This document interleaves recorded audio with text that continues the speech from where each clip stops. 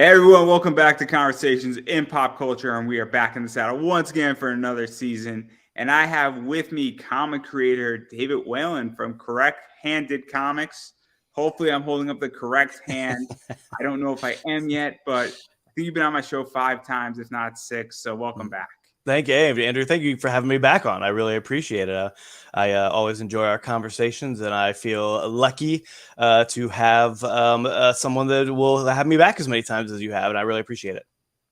No, I'm happy that you're here. Obviously, I like having you as a guest, and you got a lot of stuff going on in comics. Mm-hmm. You always have a lot of stuff going on in comics. Mm-hmm. And I think there's two big things that sort of are going on with you that I want to talk about in the last few months, at the very least. And the first one I kind of want to dive into is the Offspring, because issue 25 came out. Anytime anybody does something of 25 or more, it's kind of a big deal. But what is the Offspring? The short premise of it before we kind of get into issue 25 for those who are hearing about it for the first time. Yeah, The Offspring is about, it starts off as three 20-something young adults who have been abused physically and mentally throughout their lives. They meet up at a alternative school, an orphanage, and realize that they are not only linked because of their shared trauma in their past, but also linked by having each of them have special abilities. So they become very close. And realizing that they're not only linked by their past and their special abilities, but they also start to realize that they're kind of magnets for monsters and demons and trouble. It's for a specific reason that these monsters and demons and trouble are kind of gravitate towards them. With issue 23, I kind of have one of my big storylines from season 1 and season 2 kind of come to a close. There's a missing fourth member of their little clique that they kind of knew about. I sprinkle in little hints that there's a fourth member to their team that is lost. So issues 23, 24, 25 talk about this lost member of their group, and how she is linked to them also by their shared past traumas, by the special powers that they have, and by the fact that she is also a magnet for monsters and trouble.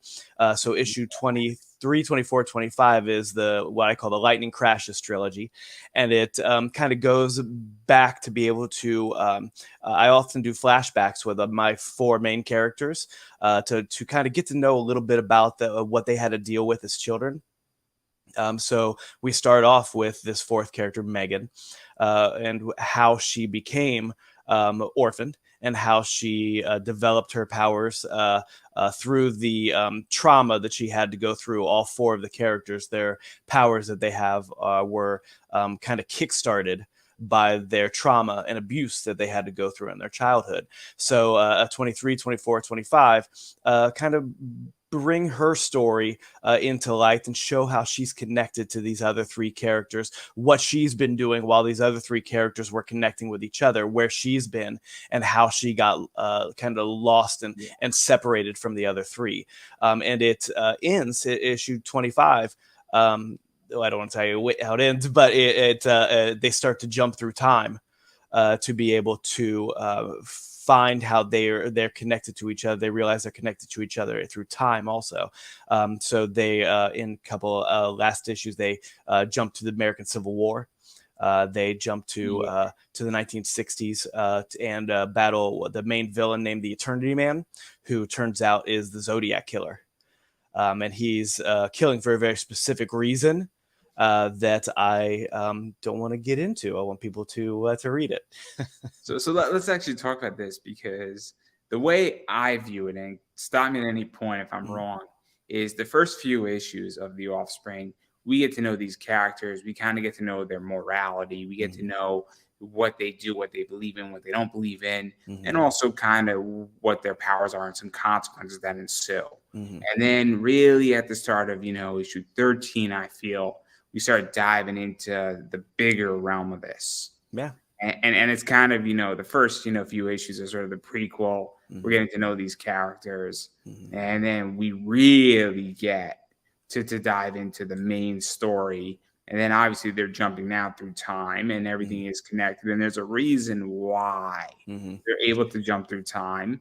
And that this might not be the first time that somehow these people have been engaged in some type of Mm-hmm. quest is a good word to use. I like to Sure. use. Yeah. And reincarnation might be a good word to use as well Mm-hmm. in this Mm-hmm. sense.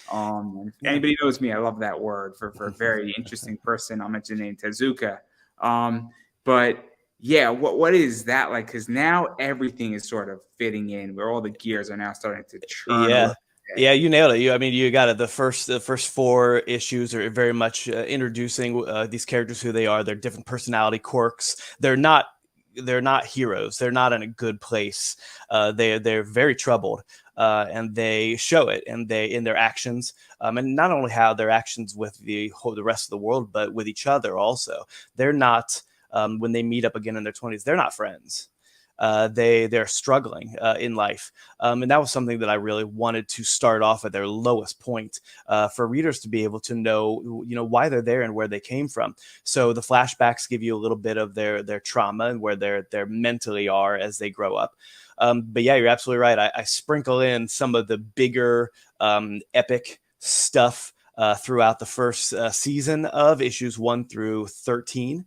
And then, like you said, issues 11, 12, and 13, it really does start to take it to the next level. They are transported by these godlike creatures called the In Us All, and they are the living embodiment of human emotion. So the In Us All, they are the heart in us all, the fight in us all, the child in us all, the wisdom in us all, and there's a main villain, I guess you'd call it, main antagonist, the malice in us all, who is kind of manipulating and forcing these characters into these situations, and they are transported to their magical realm called the Leeway, where they finally start to understand these little hints and these flashes and dreamlike feelings of this fourth member, Megan, and how to be able to find her and to rescue her from the character, the Eternity Man, who has kidnapped her. Yeah, and then even going further into this too, because now obviously we've dealt with these three characters. They've gone through some crazy stuff Mm-hmm. going back into the Civil War time. One of them Mm-hmm. almost losing his mind, I believe, Mm-hmm. is a good way to put it. Sure. And then rescuing him, and then jumping to the 1960s, Mm-hmm. and now jumping back, and now they're also like halfway across the country, I think, Mm-hmm. as well, because I think they started on the East Coast, if I'm not mistaken. They did. They had to do a little road trip to get to where Megan was in their time. So a good portion of the second season is the three main characters road tripping across the United States, and again being a magnet for these monsters and these problems. The hijinks ensue, as they say.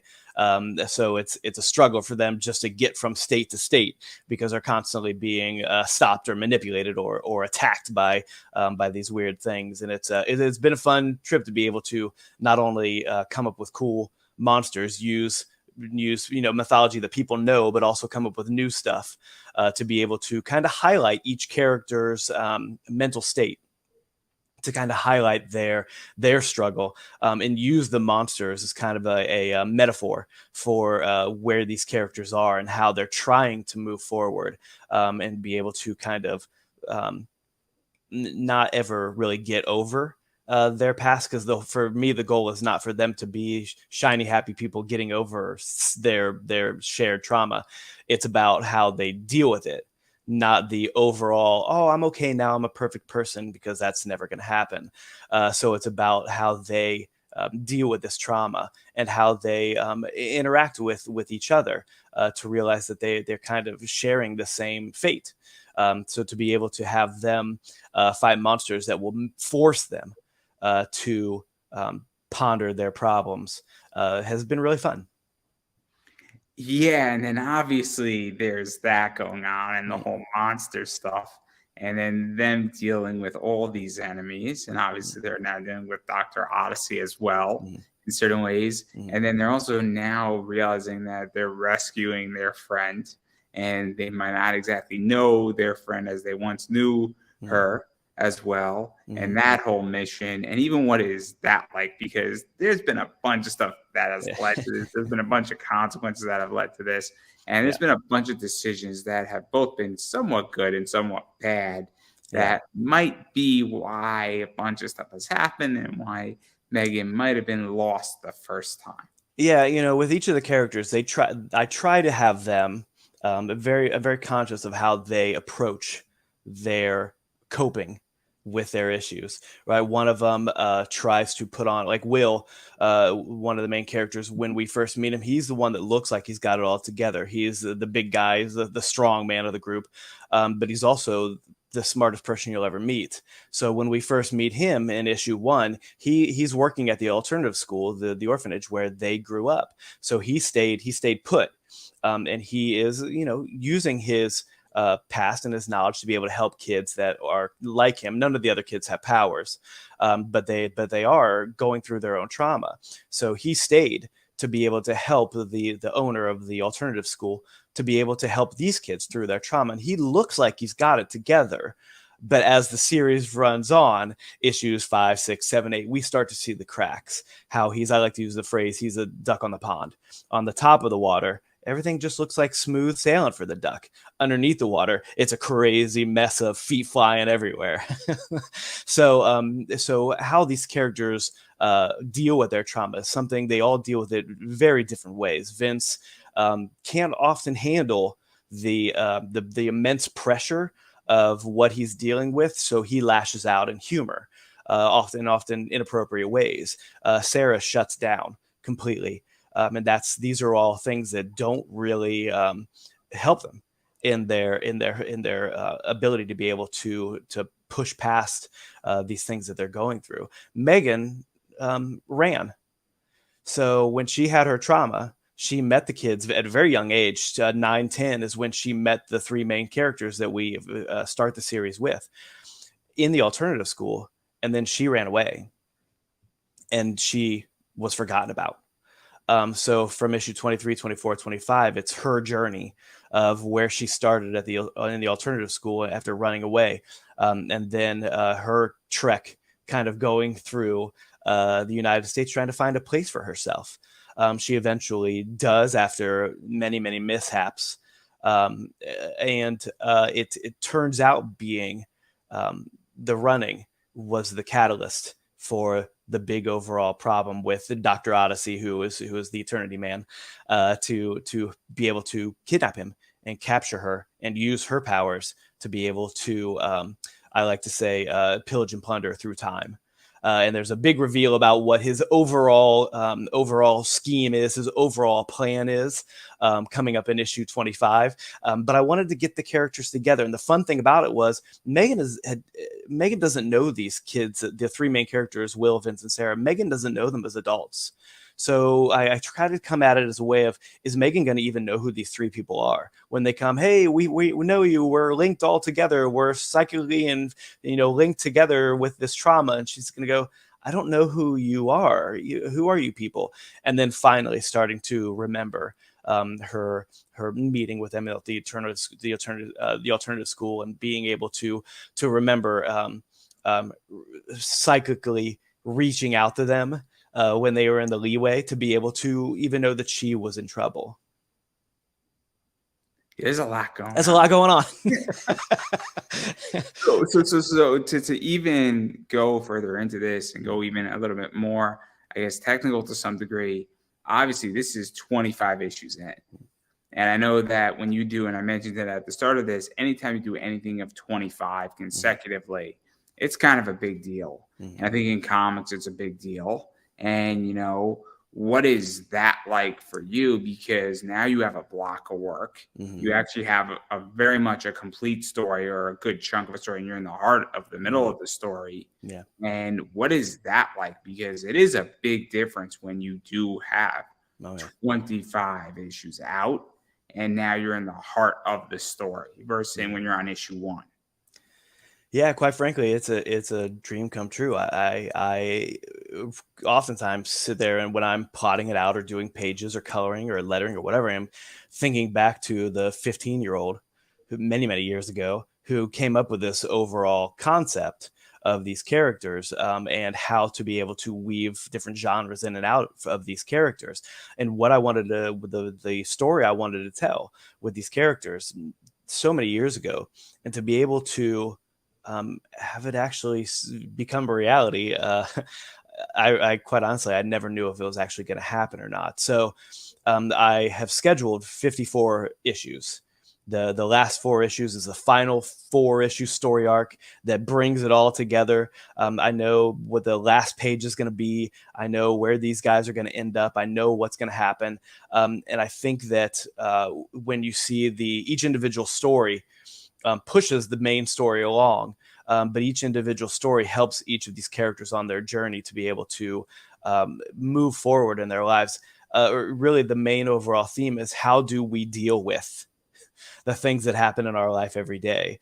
Now, these guys are dealing with some big time stuff that most of us don't deal with, but the idea of abuse, the idea of trauma, the idea of the monster under the bed is something that's not new to a lot of people. That's not a big mystery to a lot of people. A lot of people deal with those things.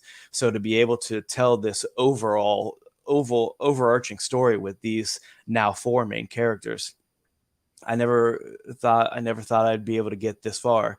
And quite frankly, I'm having a lot of fun. I could not, I can't be enjoying it more than I am. Because it's something that is in my brain, and then eventually getting out into the real world, which is amazing. And let's even talk about this, because I think maybe 10 years ago, this would have been a lot harder. Mm-hmm. But we are in an indie market in a lot of Mm-hmm. ways. We are in a creative market collectively. We're creating something and pushing anything out there, whether you want to do it on webtoons, Mm-hmm. you want to do it on a physical book, you want to kickstart it, you want to just self-publish it. Mm-hmm. It's easier than it's ever been before. And obviously, you're just trekking along issue after issue after issue. Mm-hmm. And I think it's really interesting, because I know a lot of people who want to start something and then they don't continue. Yeah. I think that's why this is so fascinating, is that 25 issues in, I don't think people understand how hard it is to do 25 issues in a row. And not because you can't write it or you can't draw it, Mm-hmm. but to have the wherewithal to stand and Yeah. push out 3 or 4 issues and then do it again and again and again. I think it is a very complicated thing to do, Yeah. because there's so many things that could just wear you out. Mm. Yeah, I see it all the time where, we've talked about this before. I don't Kickstart, I don't Indiegogo. I'm a one-man band. I just put out the books. I think that very early on, I realized that my bread and butter wasn't going to be the individual issues, even though that's what I'm working on. My bread and butter is going to be the trades. And that's really what I sell the most of. I love being able to have them as individual issues, to be able to have each part of a story with different covers, with each character being able to shine on some level in each of the individual issues. But to be able to have these issues collected in trades, I am working on actually issue 23, 24, 25 is going to be volume 6 of the Offspring, and then I'm able to put season 2 in an omnibus, a volume 2 omnibus, by the end of the summer here. So really what I've noticed as an indie creator is the people who are working in a team, and I've worked in teams before, and I love working with other people on other books, and I've done it with some of my one-shot books and some of my 4-issue miniseries and things like that. But being able to do it all as me, and being able to know where I'm going without a whole bunch of competing ideas trying to get in there, has really been the reason that I've been able to just get these books out in a timely manner. And I think that the biggest problem people have is building up the capital to be able to pay all these people to be able to do it. I don't have to do that. I just put out This books. Yeah, I just put out cool books. So there's 2 things I want to talk about, Yeah. actually. So the first thing, and I'm very curious about this, is that I think in a lot of ways Kickstarter is limiting people, where I think it is a way how to get capital, Hmm. but it's also a slowing down It's process. very slow. It's a very slow process. And I think that there's a few things. There's an ethical component to it, and I think that a lot of people are getting this, where people are running campaigns, but they're not. They're running campaign after campaign after campaign, but they're not giving me my book. Yeah. So I know people who do that, and I think that a lot of people are getting sick of that Yeah. in the community. And I think it's actually going to be not a revolution, but I think it's going to be questioning. And Yeah. I think that's coming in the next 6 months, where people are like, I get that you're trying to be previews, Hmm. but not you, not you Yeah. personally, but you as in collective, Yeah. everybody. But I think that's going to be a very interesting discussion. But Hmm. also, it is a very slow process, because if you're Hmm. running a 30-day campaign and you fund on day one and you made most of your money on day one, you have to wait the other 29 days. And Yeah. I mean, you have the money coming, but you still have to wait 29 more days, and you Hmm. still have to wait 2 weeks after for your money to clear. Hmm. So it's very slow, I find, and I want content today. Yeah, And I think that's one of my selling points. I think is and something that I've really been starting to advertise more is you don't have to give me money to make the books. I've made the books, buy the books, and that's how I get the money to be able to continue to make more books. And I think that while I'm like sometimes I feel like I'm shouting into the wind. I think people are starting to see, that yeah, just if you want to read cool comics, buy the book, and you'll have it. You'll just have the book. And there are a lot of times where people will message me and say, "Hey, I really liked it, but I don't know about a long story with independent comic books. How do I know that you'll be there for 54 issues? I will be there for if I like lost both my arms, I would that's learn how to draw with my toes. this is I why will be there. issue 25 is so Yeah. interesting, is that when you go to a con, and I haven't been to a con in a while and I don't have a book, Mhm. but I'm a strong believer that on an interview level, if I have 100 interviews, I'm taken more seriously than if I have Mhm. 3, Yeah. because I've been there longer. I've been doing this for 10 years. I like to believe that I'm taken a little bit more seriously Mhm. when I approach somebody versus somebody who hasn't done one interview. And Yeah. I would imagine that when you have 10 issues out at your table, Mhm. and you have an arc, or you have all season 2 at your table, or you have an Mhm. omnibus, so it's like, okay, this person actually has content, Mhm. and they're actually here for the long run, and they have a track record, Yeah. at least with the Offspring. And obviously you have some other stuff that you've done, but I would imagine it adds a level of legitimacy to you, because it makes me feel more comfortable when somebody has 6 issues done. Like, oh Mhm. yeah, by the way, issue 7 is coming out next month on so and so. Mhm. Because I Yeah. hate to say this, but if I back one issue on Kickstarter, I don't know if that person's going to be here for life. Yeah. And that's an issue, because if you have 6 issues planned, well, stuff happens. Yeah, and I've seen so many people who struggle to get issue 1 or even 2 out, and then they do eventually within a span of a year, or maybe it's 2 years, they've gotten 2 issues out, and they're planning even something like a 12 issue maxi series, but they don't but they can't. I mean, who's going to wait 12 years to read 12 issues of comics? Maybe somebody Or, would. or, or it goes Um, the other way yeah. sometimes, where somebody says, I have 12 issues, Hmm. and they struggle on issue 1. Issue 1 doesn't have the outing Hmm. on, its first round. And then they reshoot it, does okay, barely makes it Yeah. across the line. Yeah. And then issue 2 doesn't make it, barely across the line. And Hmm. they say, look, I got a third issue left. And now they've taken their series from 12 issues that they had planned, Hmm. and they brought it down to 3. And I'm like, but your concept's great. Hmm. Concept is brilliant for whatever reason, but you now just cut 9 issues out Yeah. because for whatever reason. And I think it's a real problem, because now I'm invested in your project, but Hmm. I was hoping you were going to have 6 issues of something, right? And now Yeah. you only are going to do 3 because the market has decided X. Sometimes that can be a positive. Sometimes if a creator has to do that, you kind of need to trim the fat from, they have all this great character work and all this stuff and all this background things happening. And there's a B plot and a C plot and a D plot. And then they realize, oh, I'm not going to be able to get 12 issues done. So let's trim it down to 4. So they go in with the red marker and try to figure out what needs to go. That can be an interesting way to be able to really streamline it. I always, one of the things that I do also is, like I said, I know that ongoing series for an independent creator can be difficult, can be a hard pill to swallow sometimes for someone who's trying to jump on board. So what I did was I started my one-shot series. So I have different genres, different books, different characters. None of them are connected in any way. They're just 24 page, 23 to 25 page one shots of different genres. So there's one that is aliens. There's another one that is very like thriller noir. There's one that is vampires. There's one that is superheroes.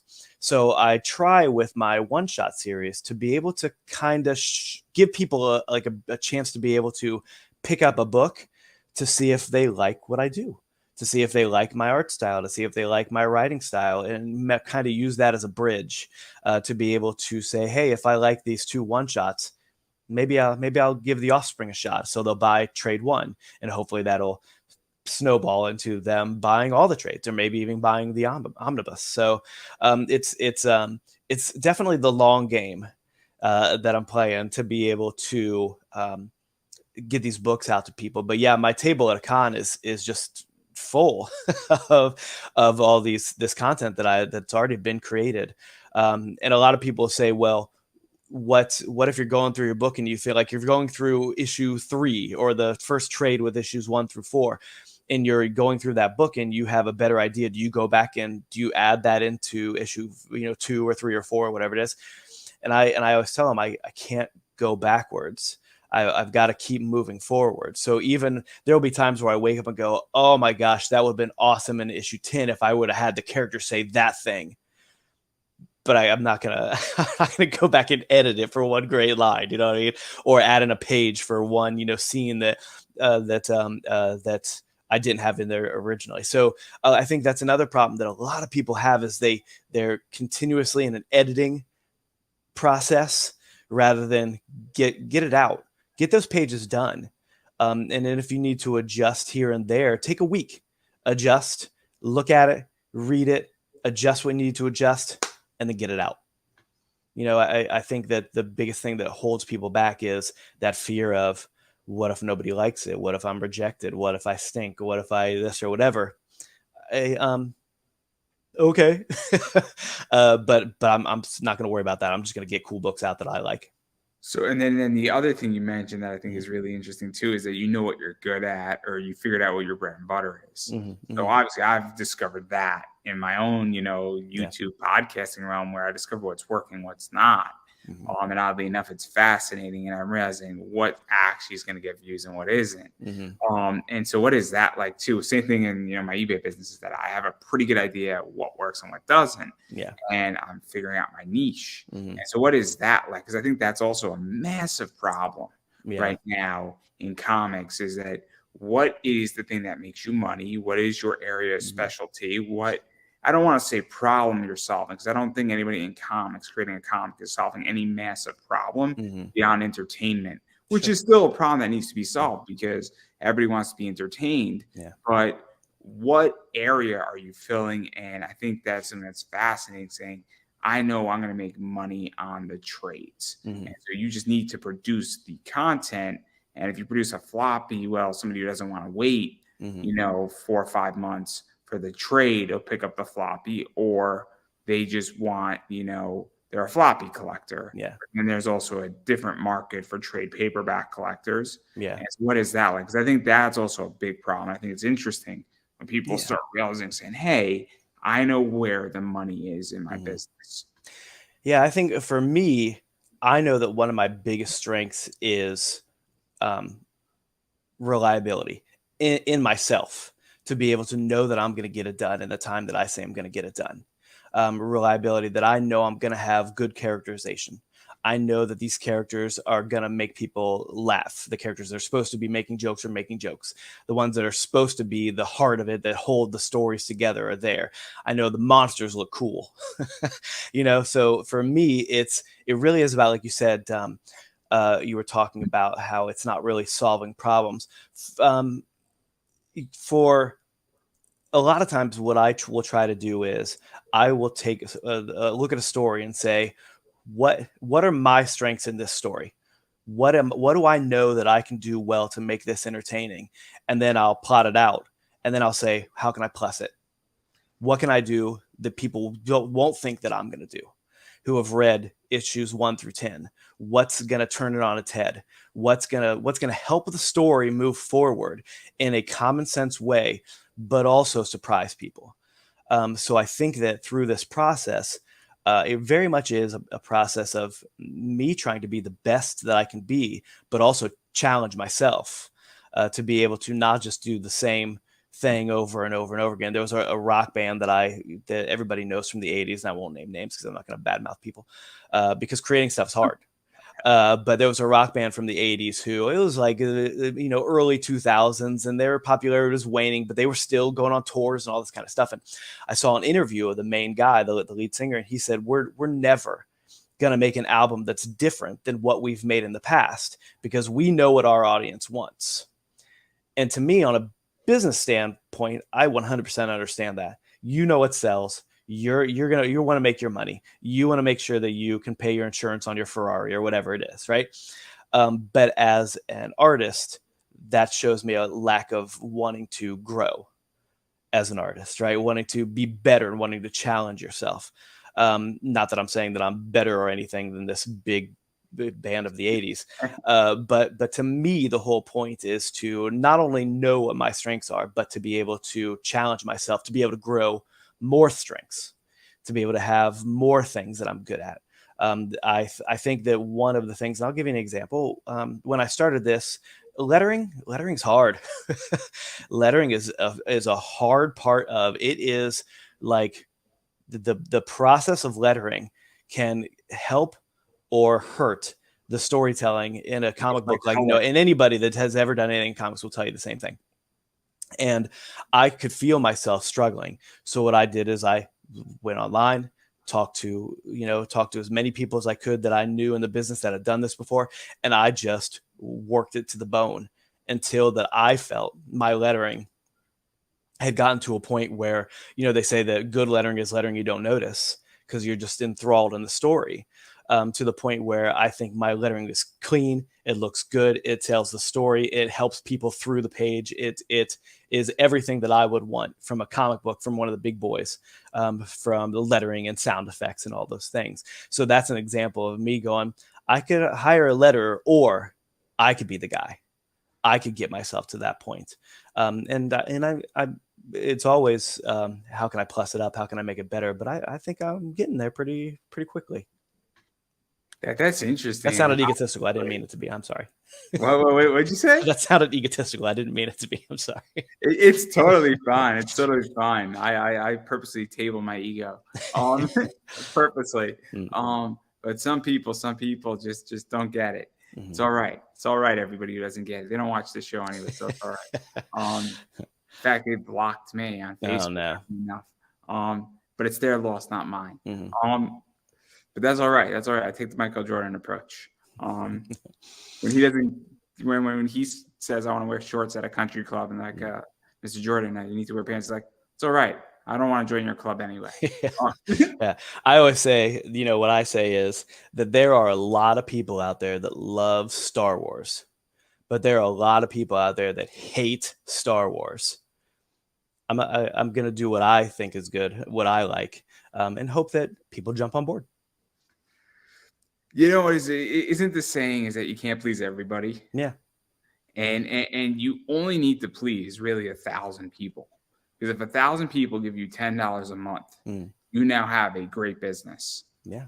And that's all you need. And I forget who wrote there's a book, and I forget who wrote the book, but it's one of the best books that I've read pieces of. I haven't read the whole thing. But I understand the basic thesis of it is that if you have 1,000 people paying you $10 a month, you have a great business. And that's what, $120,000 business a year. I mean, that's a great business. Yeah. And I think that's something that a lot of people don't understand. I think it's a problem in comics is that people don't necessarily understand the business of comics. I think there's a lot of creators who understand creativity. I just think they don't get the business side of it. And I come from the business side of comics, selling comics and engaging in that. And I don't come from creativity. And I think it's a real problem. Yeah. I think that's why we're having problems in Kickstarter right now. And I'm very curious how you feel, because I know a bunch of creators who are struggling. Mm-hmm. I know a bunch of creators who are doing okay, Mm-hmm. and I know a bunch who are doing great, but it's a very weird time. Mm-hmm. And I have my theories on it, but I'm curious what yours are. Yeah, I think, like you said in the beginning, this is one of the times where doing what we do has never been, I was about to say easier, but that's not really the right word, is it has never been More accessible. more accessible. That's exactly the That's the phrase. word we're looking Yeah, for. more accessible. Because someone like me sitting, in a podunk town in upstate New York, where it's I make the joke it's a one horse town and the horse died 10 years ago, could sit here and create 25 pages of an ongoing series, could create these things and get it out online, and still feel a part of the community, still feel a part of a group of people I that are mean, doing the look same at thing. me. I'm I make the sure. joke, I say it all the time. There are 1,000 of me. There are 1,000,000 of me, of people who have the same kind of ability, same kind of creativity. I like to think, I like to hope that my drive is the thing that sets me apart. The thing that says it's I'm not worried about perfection in every line. I'm worried about making sure I put out the best product I can, but I can't put out product or content if I don't make the content. So I have to make sure that I continue moving forward. And I think that's one of the things. I know a guy, and again I won't name names. He is a great artist, and he can't take the leap of sequential pages to finish a book. And I keep telling him, you just got to do it. You just got to do it. Put your, like we just said, set your ego to the side. Just don't worry about it being in the Louvre, in 10 years. Worry about telling a cohesive story that is 23 pages long, and get it out and see what happens. And then do it again. And then do it again. And then do it again. And then Yeah, do it again. see, And then do it I, again. I have a theory where Uh, I think, and this is just my thoughts on why stories are not working and why mm, even Kickstarter is not working, is that A, we're in the summer.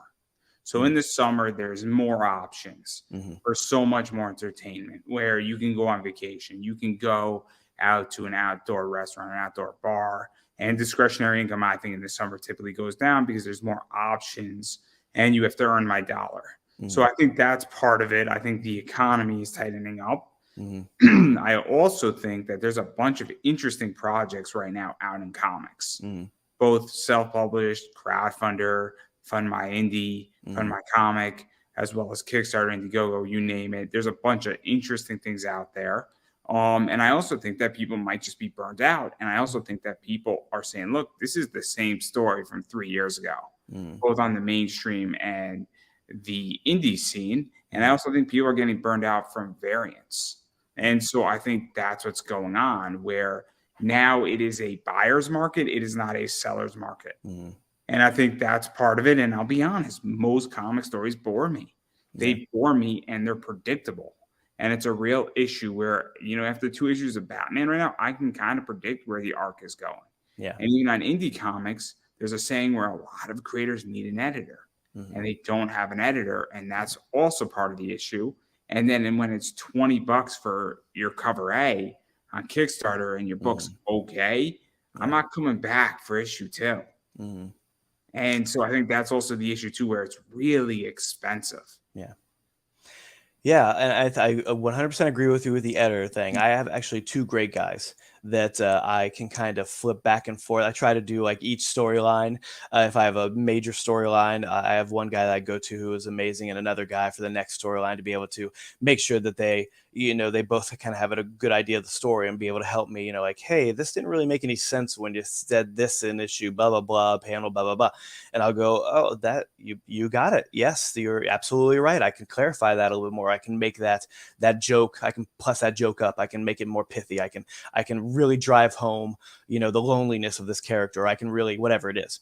So I 100% agree that someone in my position to be able to have somebody who knows not really knows comics but knows storytelling.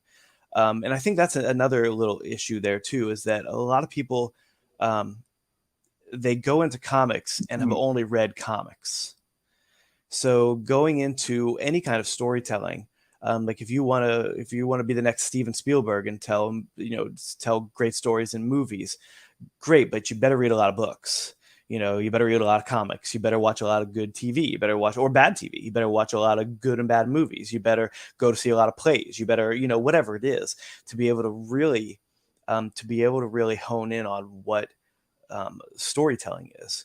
And I think that one of the biggest problems is a lot of creators you see, and again, I can't, I won't name any names, but that you can tell kind of when a creator has only read X-Men for their whole lives and have never read anything else, or never, never paid attention to anything else. You can tell when a creator's getting lazy too, or Mm-hmm. even when a company has outpaced their character. Mm-hmm.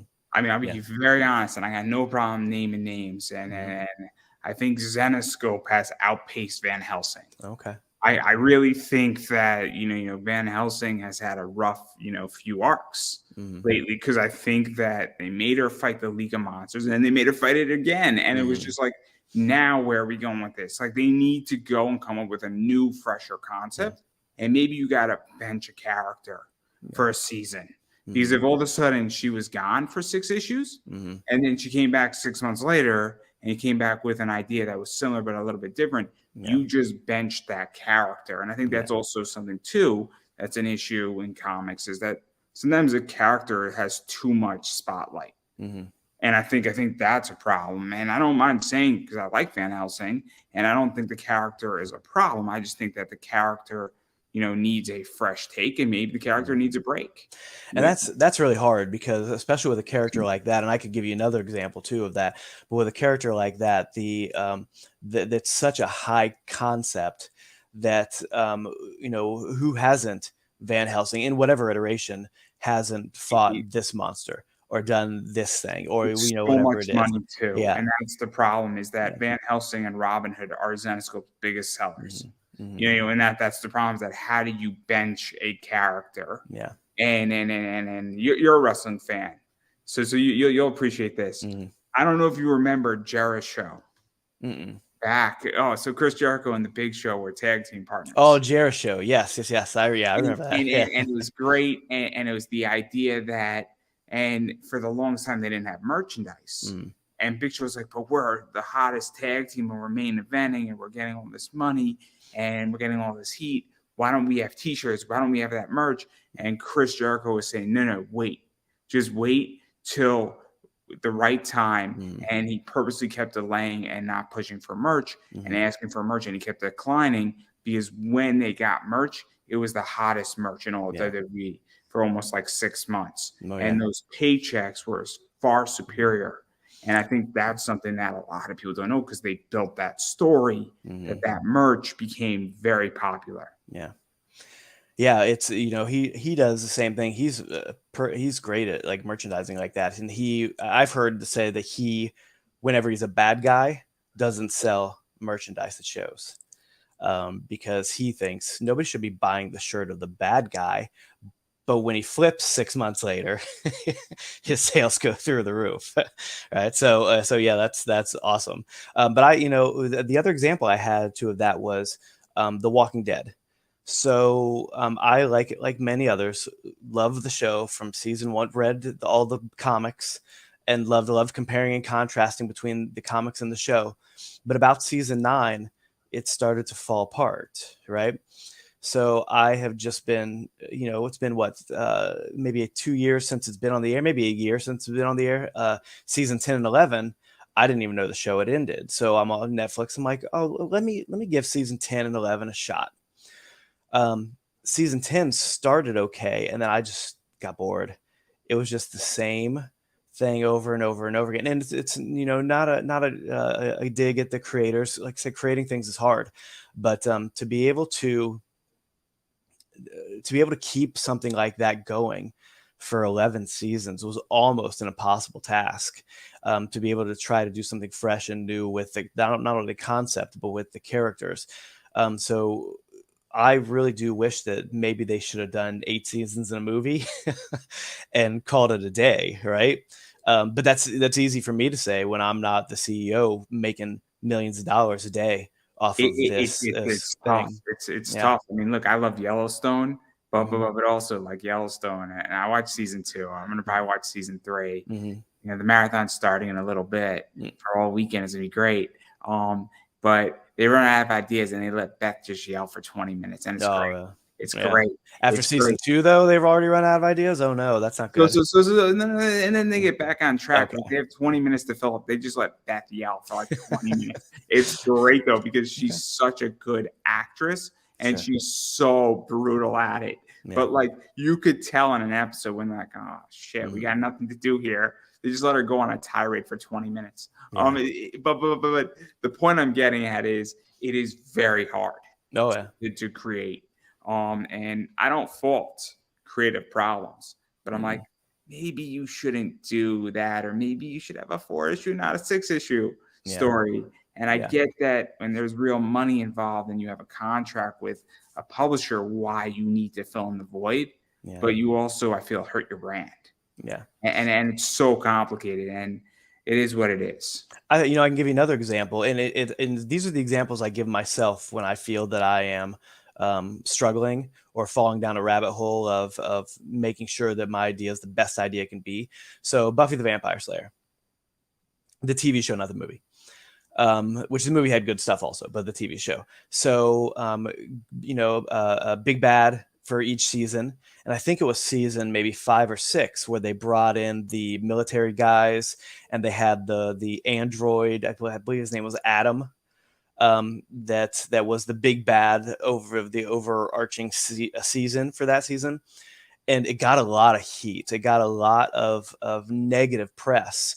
And looking back on it, probably wasn't the strongest bad guy they've ever had, and it wasn't the strongest season they've ever had, but inside the season was solid storytelling and solid characterization.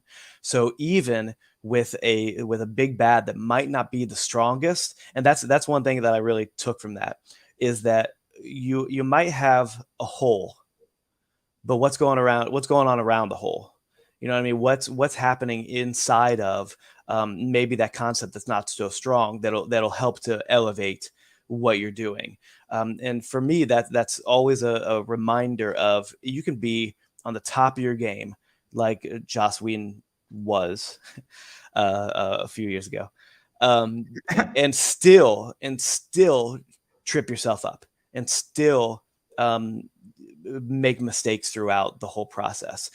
So if anybody was ever expecting mine to be perfect, they're in for a world of hurt. I mean, any creator, because no creator is gonna have it be perfection every single time. Yeah, no, I've had one perfect interview in Uh-oh. almost 600 interviews that I've done. One. It wasn't one of mine. No, it was not. For whatever reason, Darn it. It just connected. A and B connected. Nice. For whatever, and me and that interview was Brother Greatness from the Church of Greatness, great wrestler. Nice. And it just worked. It just worked. Every point just worked. And he met me wherever I was, and I met him, and it just worked. Nice. And I can't explain it, where it was completely by chance. But when an episode of any show is perfect, that sometimes is just pure luck, where that actor is on point, where a comic is perfect, or an issue is perfect, or a story arc was perfect. It was just luck on how that's what I think, because for that to work, I mean, let's look at, the most luckiest thing happened a few days ago with the Yankees. A perfect game. I mean, that was pure luck. There's an element of skill there, but it's a huge amount of luck too. Yeah. So that's where I go with this. But I think it's very interesting that you bring up Buffy season 5, because because I think there was more after that. I'm not a Buffy guy, so I'm not as familiar with Buffy as I am with some other stuff. 7 seasons, if I remember correctly. 7 full seasons of Buffy. But even going into that too, I mean, I also think that sometimes people also criticize where you could have just a down season, but then you could have a great season following that, or the season before that was great too. And if you're getting even renewed for 4 or 5 seasons, I mean, I look at Law and Order SVU. There are bad seasons, but they've been renewed for 3 seasons, and there's been bad seasons of that show. And the next season they come out swinging, and it's a great season. Yeah. And so I look at it on an overall arc. Mm-hmm. of if there's 30 seasons of Law and Order SVU, Yeah. and the overall arc from the start to the finish of it over 30 years was great. I mean, does it really matter that there was just a little dip in one season? Yeah, not at all. Yeah, but you're 100% correct. Yeah. But And I think that the one other thing, for me as a creator, um, I think I look at something like the Flash that just came out, which clearly had a lot of problems. Too many chefs in the kitchen. Money just being thrown. Thinking it that was just a money, fast movie. yeah, that money was just gonna solve the problem, just throwing money at it and rewrite after rewrite and rewrite. I think that that clearly, somewhere along the line, somebody in charge should have said, stop. We are 3 years into this production and we are nowhere closer to having a finished movie. It was supposed to come out, like 6 years ago, and it just now came out. And I think they're just like, just put it out. So let's just go. Let's just put it out, see what happens. But I think that for me, that kind of stuff, again, helps me as a creator to say, okay, if they're throwing $350 million at it and can't get it right, why am I worried? Why am I putting all this pressure on myself to be able to make the perfect issue of this or that? I'm just going to put out a book that I'm proud of. And I think that's, for me, that's what I always try to remind myself. I think one of the biggest issues also with the community of comic books or fans or whatever you want to call it is that you have people who are creators who look at something like The Flash, which I have not seen yet. And and a lot of people, I think, like me, use it as an exercise of what would I have done? Where would I have filled that plot hole? Where would I have changed that story? Where would I have maybe had what line could I have put in there for Barry to maybe like give him a little bit more grounding as a character, or whatever the thing was. And for me as a creator, especially if I'm watching a bad movie, that's what I'll do to entertain myself, to be able, what would I do differently? Who am I? Why would I, so what would I do? And I think that you have, unfortunately, a lot of people who just look at it and go, it stunk. Okay, why did it stink? It was just bad. I look at it. Why was it bad? It was bad. It was horrible. But why was it horrible? And they can't, you know what I mean? They can't come to the next level of the critique. This is so interesting. This is why I'm not a creator. Mm-hmm. I look at it and say, cool, the movie is whatever. I get that there's problems, mm-hmm. but then I go and say, cool, did it make money? Yeah. And so because I don't see this is why I think this way. Right? Yeah. It's two sides. We're two sides of the coin here. We're two sides of the coin. I am artistically was it a success? You know what I mean? And did it make money? And that's the business, right? That's the business. That's so funny. I'm sorry. Keep going. I'm sorry to interrupt you. And the reason why I say this is that I look at Fast X. Mm-hmm. I enjoyed Fast X because I just enjoyed the ridiculousness of it. I thought it was a crazy movie. I put it on the background while I was doing something else. I rented it. I paid a good amount of money, and it was well worth the $20 that I paid for it. Well worth it. Sure. Absolutely. I thought it was an absolutely bad movie where there was no story, and they went to the wall and back and then 14 times over. I mean, the fact that they could just teleport anywhere they want to, and they're in Antarctica doing some crazy stuff in Fast X. Sorry for ruining it for everybody. It's been out long enough. I didn't ruin the good parts though. But the dam scene was great. That was worth the $20 all. The dance scene. Oh no, I will tell you, I've never seen a Fast and Furious movie. You don't know what you're missing. You're right. I do. No, you know what sold me on that? I'm probably never going to see one. Have you ever been to Universal in Florida? I have not. They have the Fast and Furious ride, and we went on it because we were in Universal, and it was raining, so we went into it's an indoor ride, and they have a lot of the indoor track rides. You know what I mean? Where you just kind of go in and there's a screen, and you're looking at the screen. So it's going through the story is, I guess, we're on a bus. And we're trying to get the bus to a place, but all the racers try to stop the bad guy racers try to stop us, I guess was the story. So explosion, car, people screaming things at you. They had Vin Diesel come in near the end it was the big climax of the ride. Vin Diesel comes in on a helicopter holding the legs of the helicopter, and he just swings in. Hey, everybody, you got to get to the place or we're not going to be able to do the thing. I'll meet you there. And then flies out, flies out of the screen. And I'm like looking around, like looking for other people, and other people are enthralled. And I'm like, what did we just? He just flew in holding onto a helicopter, talked to us like he was offering us a scone, and then flew out holding on to the helicopter. I'm like, I got it. I understand these movies. I understand the appeal. Let's keep moving forward. No, the whole point is that it made money, and I'm like, I know Yeah. exactly why it made money, because it's absolutely ridiculous and it's a complete distraction. Oh yeah. And I didn't think it was a bad movie. I thought it did what I wanted it to do. Yeah. And that's the problem, is that it entertained me for 2 hours. And I'm like, and that's what I respond back to people. I'm like, did it entertain you for 2 hours? Did it take you away from whatever was going on in your life? Does your leg hurt? If your leg hurts, you went into that movie and your leg's now not hurting for 2 hours, then it did its job. Yeah. Like, and that's the problem, is that like, and that's how I look at The Flesh. I'm like, but I also come to the conclusion saying, just because something is commercially successful doesn't mean it's good. I come to that conclusion. I think that's a big problem in our society. I really do, is that just because something made a lot of money doesn't mean it's good. Oh yeah. Just because something made no money doesn't mean that it's bad. Oh, 100%. Yeah. How many of those movies have flopped? And we look at it now, like I'll give you an example. Shawshank Redemption flopped. And now, retrospectively, it's celebrated as one of the greatest movies ever made. As well it should be, because it was a great movie. Or a TV show, Freaks and Geeks. Great show. What did it do? It launched Jason Segel's career, James Franco's, Seth Rogen's career, right? Yeah. I don't know who did. There's a few others that were in that. There is Cardellini, who plays in Avengers Hawkeye's wife. Real cute. Cardellini, I can't remember her first name, but she's in it. Who played Velma in the Scooby-Doo movies, the live-action Scooby-Doo movies?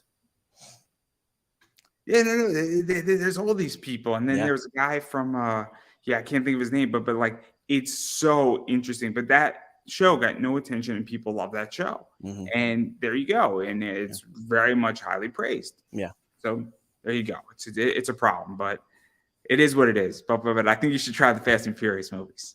Sure, I'll eventually get to them. There's a bunch of series that I've never seen that I'm always like, I should probably give that a shot. I'll eventually do it. I'll give you another one. You're gonna hate me. I might lose some viewers on this one. I've never seen any of the Matrix movies. The first one was good. I enjoyed the first one. Yeah. The second one was okay. Yeah. The third one is diminishing returns. Yeah, and then the fourth one, you lose me. But Speed Racer was great. Oh yeah, by the Wachowski family. Yeah.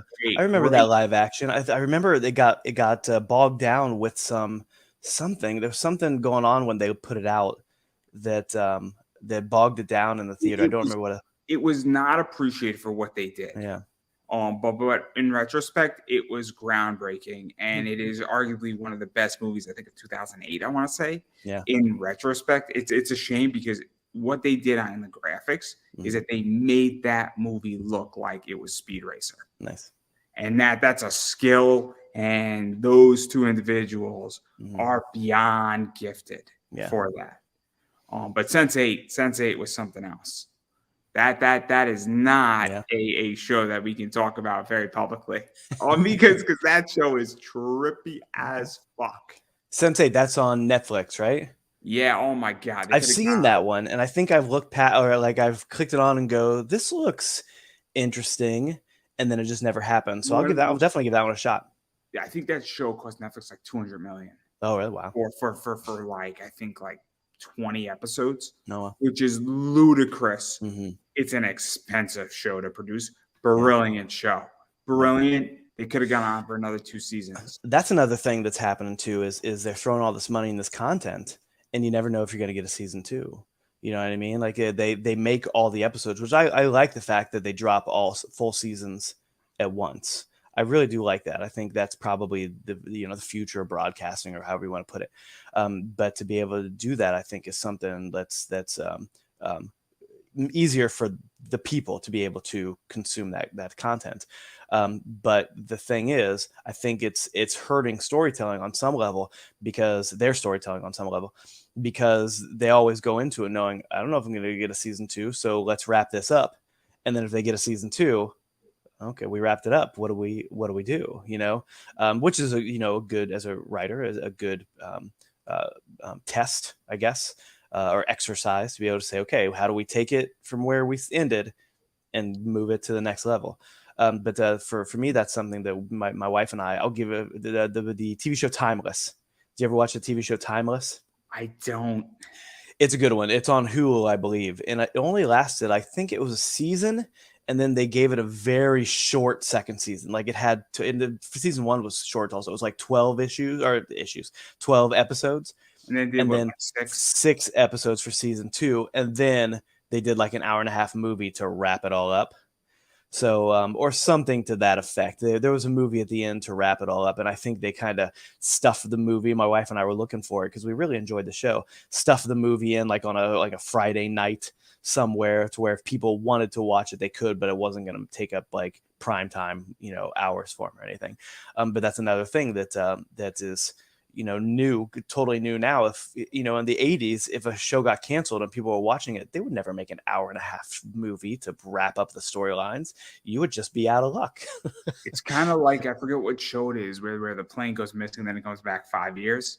But Oh yeah, Netflix picked it up, and yeah. then they're finishing that off, which is also nice. But that show is trippy too. Yeah, my wife watched that one. I saw a few episodes and I liked it, but I was watching so many other things. I was like, I can't do another thing. I want to say it was not Turbulence. Oh man, it It's was gonna like drive me nuts that I can't remember it. Well, Flight something, I think it yeah. was.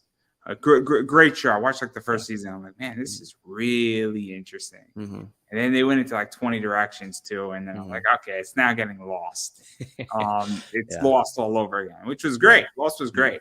The last Yeah. season of Lost was rough, but beyond that, the first 5 seasons of Lost, that was fantastic. That's a good like example of know where you're going. Know what the end game is. Like, if you have to do it in 2 seasons, or you get to do it for 8 seasons, know the end game. Know what the smoke monster is. Know where they are. Know why they're on that island. You know who was really good at it is the creators of How I Met Your Mother. Like, if you hear a little bit more about that show, they had an end in season 2. And they're like, well, if we only get 3 seasons, now season 3, this will be the end. This will be the mother. And then season 4, okay, if we only get 4 seasons, this will be the mother. They always had an end game for how many seasons that they had, which I think is amazing. For a forethought to be able to say, okay, if we only get 4 seasons of this, where are we going to end? If this is the last season, this is the plan. But we know what would happen in season 5, 6, 7, 8, 9, 20.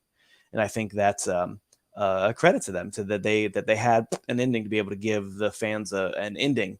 It might not have been the one they thought it was going to be, but to be able to have that end game is important. And I think that's where they lost it on Lost, is they didn't have an end game. They didn't know where they were going. While it was fun getting there, the ending was a little I enjoyed Lost. I enjoyed season 2. I thought season 2 was better than season 1. Mm-hmm. The other a lot of great stuff. Yeah. I thought that was great. I thought there was a lot of stuff. The show that had a really good ending was Oz on HBO. Oh yeah. That was great. That was great. Season 6 was fantastic because a lot of loose ends got tied up, but a lot of other stuff did not. And that was really interesting because I think they knew where they were going. I really did. And it was brilliant show in so many ways. So many things in that show were great. But I digress on all this. But yeah, I think that's a problem with comics, is that people don't know when to call quits. Go create another, or when to start, or when to, okay, now it's time to make that book. I've been talking about it for 10 years. Now it's time to make that book. Yeah, make it. Go for it. Yeah, I've been talking about mine for like at least 5. You got it, man. You got this. Go for it. Eventually, I'm waiting probably till August or September. I mean, I'm writing it. It's just a matter Sure. of funding it, which is Sure. a different entity Hmm. together. But writing maybe 2 or 3 pages a week, Hmm. just slowly going at it, and all you need is the first issue, and then that'll be good. But Yeah. it's gonna be a cool one. It's gonna be a cool one. Awesome. Um, but I digress because I do want to talk about one more thing before we get out of here, and that is your other project that's big, which is Latent Lightspeed. Hmm. And I don't know much about this. And so, what's the basic premise? Because I know it's a 100 pager. Yeah, so I got this idea because we were talking about society. When I say we, my brothers and sisters and I and our mom, we go to family vacations every year, and I was sitting around with my brothers and sisters, and sometimes we're enjoying ourselves, and we get into some deep, heavy, conversations, and we were talking about. Um, a couple things at once. We were kind of talking about how society is afraid of their mortality. Like we as a society are afraid of our mortality, and how we don't give enough credence to growing old, of being older, of being mature. We have too many people who are trying to continue to live like they're 18 years old when they're in their 50s. I might be one of them, but I digress on that one. We're too consumed with youth to be able to really appreciate what older generations have to offer. While the youth is the future, 100%, there's still this fear of growing old, this fear of mortality, this fear of death. So I was having this conversation with my brothers and sisters, and we're all throwing out to different ideas, and all this stuff, and I see my little brother. I say my little brother, but he's 38. I see my little brother's kid jumping in and out of the pool, and this kid is hilarious. This kid is skinniest kid you'll ever meet. Hair like flinging all over the place, and he's just screaming. And he's got a water gun, and he's rah! I'm like, that kid is a comic book. That kid is a character. So I started, thinking as we're talking about this stuff in society. I started thinking about the idea of how do you capture that kid in a bottle? How do you keep him where he is now forever? And then my first thought was cloning, and some kind of rejuvenation thing that people do with all the Botox and all the whatever. So my idea was creating this concept for latent light speed was really about how society is afraid of death, how we as society have all these constructed things around what happened when we die. But even if you believe those things, you are scared of death, right? Does that make sense? So having this fear of death was something that I really wanted to kind of wrap a story around. It was morality linked to our mortality. Because this might be the only one we get, the only life we get, how does that link with our morality? Does it at all? So the basic idea is space opera, so, space aliens and spaceships and all this stuff going on, cool space fight scenes and all that stuff. But the underpinning story is about a man and his daughter who is afraid of death, and the lengths he goes to be able to not die. And the lengths he goes to be able to, in the process of mourning his wife, his daughter's mother that they had lost, and how they use this technology to be able to cheat death. And I think that the main villain of the story is really very, for me, topical. It's the main villain is the society that we're introduced to is just getting over a plague. So this character is a scientist, Leighton Lightspeed. He's a doctor. He's a scientist. Was one of the people that were in charge of coming in with the vaccine.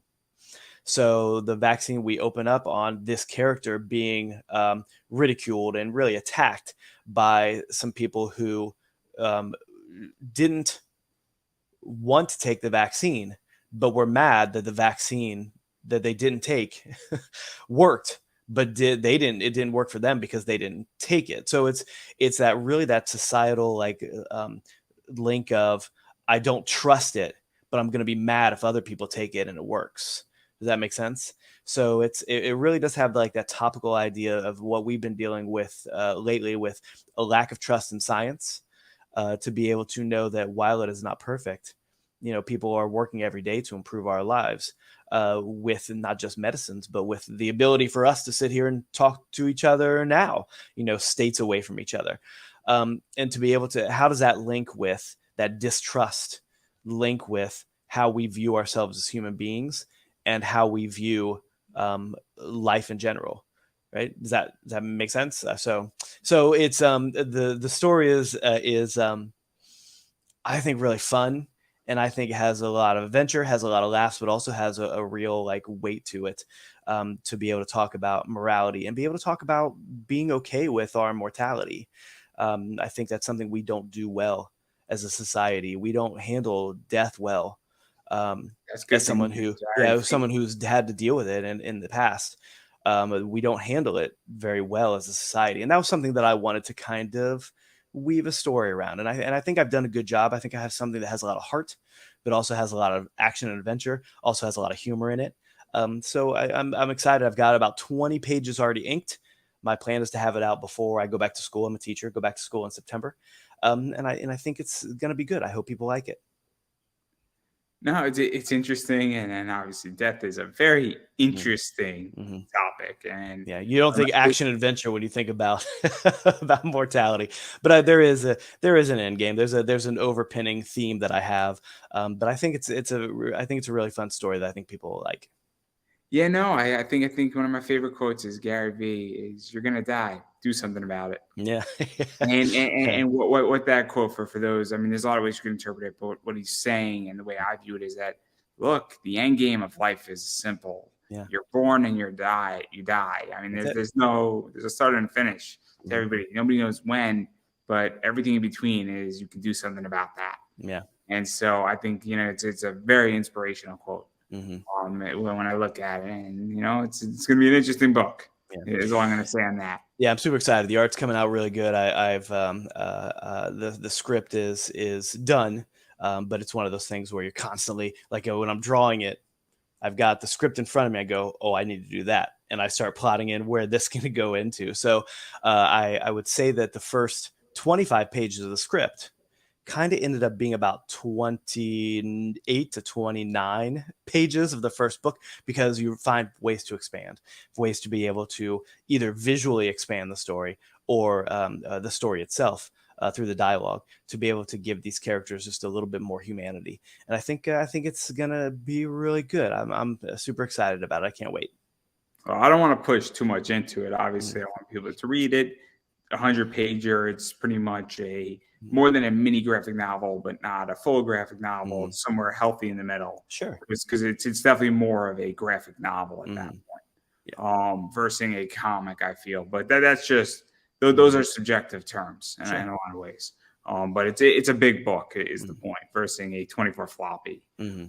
But I'm not going to push too hard into all this. Obviously, 100 pages is different. And I don't know, is this a one shot or is it going to be a continuum? Um, always have more story, so I do have more ideas for these characters, and you always want to end with a little hint of, You, mm, you get what I'm asking, though, right? yeah, yeah, yeah, It's maybe not the going to be like you're not going to do this where 100 pages every year and you're going to have 25 of them. Do no, another no, no, offspring. no. This story will end with I think I have a really fun ending to where it's concluded, but let's move in this direction for a second and see what happens. Just to and if it picks up, if the readers really like it, I know exactly where I want to go. You have a back door, Exactly, essentially. exactly. The reason why I ask is that it's very important, I think, when readers pick something up is, hey, is this really a standalone or is this a Hmm. continuum? Because Hmm. that changes the way people consume and buy Yeah. and invest. And I think it's very important for people who are interested to say, cool, I Hmm. get that, this could be a continuum, but it's not going to be like The Yeah. Offspring. No, Not gonna, it's yeah. a 100 plus pages, and it's a full from beginning to end story that I think the ending is very poignant, and very touching, and it has a lot of heart, and it gives these characters closure on the issues that they're dealing with. Fair enough. Again, I'm not going to push too much further into this because obviously it's still in production, and your goal is to get it out before you go back to school or around that time. But I do want to give you a chance to self-promote yourself because we've been speaking for an hour, 15 minutes, give or take. Oh, wow. And so obviously a lot of stuff's going on, and you got a lot of stuff. Obviously, you have some time off, which means you're working on your comic stuff. So where can people bother you, find you, hit you up, get the Offspring, get all that fun stuff? If you go or potentially send you a place where you go watch Fast and Furious.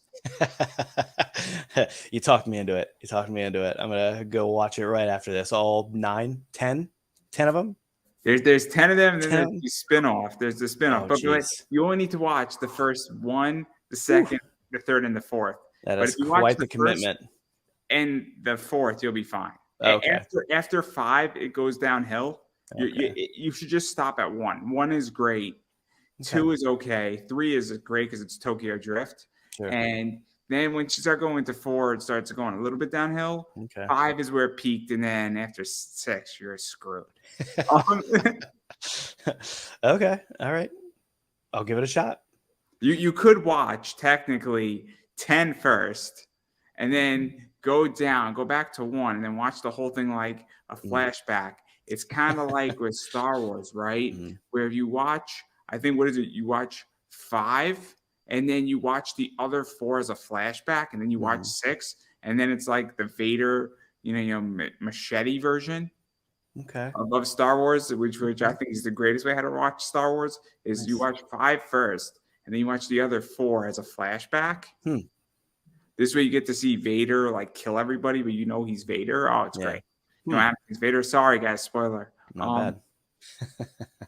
But anyway, you can promote yourself. Yeah, you can find all of my work on correcthandedcomics.com. I always have something new on there. You can find me, give me likes and follows on Facebook at Correct-Handed Comics. Instagram is correct_handed. Twitter, correct_handed. LinkedIn, I always get a lot of cool stuff on LinkedIn. You can find me on my real name, David Whalen. And then TikTok, I always love putting out fun TikToks and fun reels. You can find it at Correct-Handed. Really, any social media, if you type in Correct-Handed Comics, I'll pop up. But Andrew, I wanted to give your viewers a special bonus treat. So if any of your viewers find me on either my Facebook page at Correct-Handed Comics or any social media or my website, correcthandedcomics.com, and you message me with their email address, I will send them a free PDF copy of one of our 100 plus page, one of our 24 page one shots. So your viewers and your viewers alone can get a free digital copy of one of my one shots. And I won't tell you which one. It'll be a surprise. Well, I appreciate that. I'm sure my viewers will appreciate that. I hope so. Because I like a bunch of your one shots, and I've read a bunch of them. I don't think I've read all of them, but I know the sock puppet is good. Sock hop killer, yeah. That's a good something one. Else. That's something else, and it makes you question when you put on your socks. What's funny is I was on a podcast with some guys from across the pond. They were in England, and their first question was, "What's a sock hop?" And so I had to take 2 or 3 minutes to explain what a sock hop was, which was really fun. It was like, okay, how do I? So it's the 1950s and the teenagers, which were just starting to come into in society, being able to have money and be able to spend money, and they weren't considered kids anymore. They would go to dances. They would take off their shoes and they would hop around in their socks. So a dance was called a sock hop, and they're like, oh, why not just call it a dance? I was like, oh, I don't know, because it's not as fun, I guess. I don't know. It's too much. Too much. But enough about that. I mean, we're gonna get me and you in trouble. Nope. This way, and we're gonna get us canceled here. Preferably by people over the ocean, across the pond, if you will. And I don't want that. I don't want that today. I can do that plenty by myself. But I do want to make it crystal clear that you need to promote and you need to support what you love, because in order for that to get made, you need to economically support it. And what that means is that If projects are readily available to you on websites, Shopify stores, other venues, other Kickstarters, comic shops, wherever you may buy your comics, you need to support them and buy them there, because that does help to get things made, if that makes any sense. As well as you need to follow people on Twitter, Facebook, Instagram, TikTok, wherever else they are on social media. Email lists are a big deal as well. You need to follow people and subscribe to those, because that does help tremendously, as well as share out what they push out, because that does help too. And as far as I'm concerned about me, obviously I appreciate when people follow me on social media at Pop Anime Comics on Twitter, Instagram, Facebook. I do have a Redbubble t-shirt up there that you can pick up. It's very cool, available in 16 different colors, making fun of Gundam, Taco Bell, most interesting man in the world. If you would like to buy that, you are more than welcome to. You can pick your colors. You can put it on a mini skirt. I'm an equal offender for all people. I fought hard for that, guys. I fought hard for that. So if anybody would like to do that, it's very, very cute, and it's very mini. I fought hard for it. Yes, I did. There were many negotiations that happened on Redbubble for that. But I digress. As well as I buy me a coffee. And, well, you can go bother me on any social media, because I truly appreciate when people bother me on social media, as well as you can subscribe on YouTube at Pop Anime Comics. Beyond that, I don't have anything else to promote. And on that note, I will give you the final word. Thank you, Andrew. I really appreciate you having me on again, and I appreciate all your viewers. Like you said, give me a like, follow on all the social media, and you can find me at correcthandacomics.com. Don't get left out. I don't think I could have said that any better myself, everybody. And that is a wrap.